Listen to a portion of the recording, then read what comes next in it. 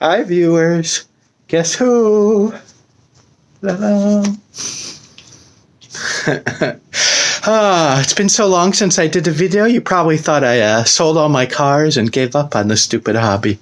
But alas, no, I'm still at it. And what I've been at is so, as you can maybe see, is so dirty and so unfun that I haven't posted any videos for a while.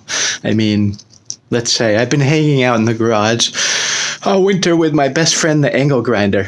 And it's been enough to make me think, like, what the hell? Is this a hobby or is this torture? I know I'm not the only one. It's that kind of thing where one little thing leads to another little thing, and all of a sudden you're knee deep in shit. I've been working on, if you can see it, my Sunbeam, which I bought. It looks so clean and nice, but underneath, I think I'm the first person to go under there since 1962. Really. I started cleaning just one wheel a little bit, and it led to everything. It's been months now. I've been underneath. I'll show you what I've done.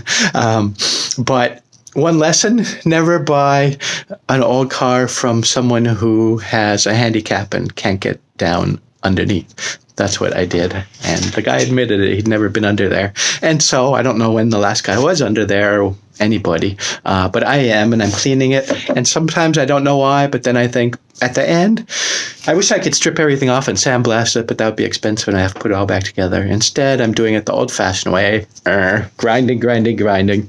So let me show you what I've done, and then I will get back to it. Because another thing, once you start and get all dirty like this, you don't want to stop because, oh no, it's not worth it to get all dirty.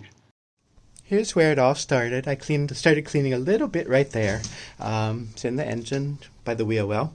Saw a little dirt, led to some more things. I found a mouse nest, and that part's clean. Then I went down here, if you can see.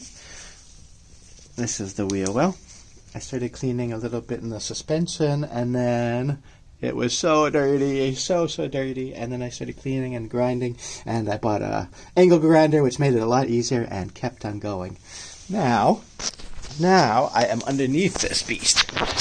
Let's see what we can see. There's my best friend, the angle grinder, waiting for me to come back. I've been cleaning. There's the rear differential. I've been cleaning under here. Let me see if I can find... Some of this is clean already. Might not look wonderful, but if you had seen it before. Like, here's some stuff that I haven't gotten to yet. Imagine cleaning the whole underbody of a car that looks like that. Or you can see some shit over there, or that. I've just started in on that. So, folks, viewers, friends, that has been my winter. I pulled off the muffler while I'm at it. And when I'm all done, I'll have a car that looks exactly the same on the outside, but will be oh so clean in the middle. Oh, that is my lesson on how not to be a good classic car owner. Buy one that you didn't really get under to look, buy from someone who admitted to never getting underneath, and then letting one thing lead to another.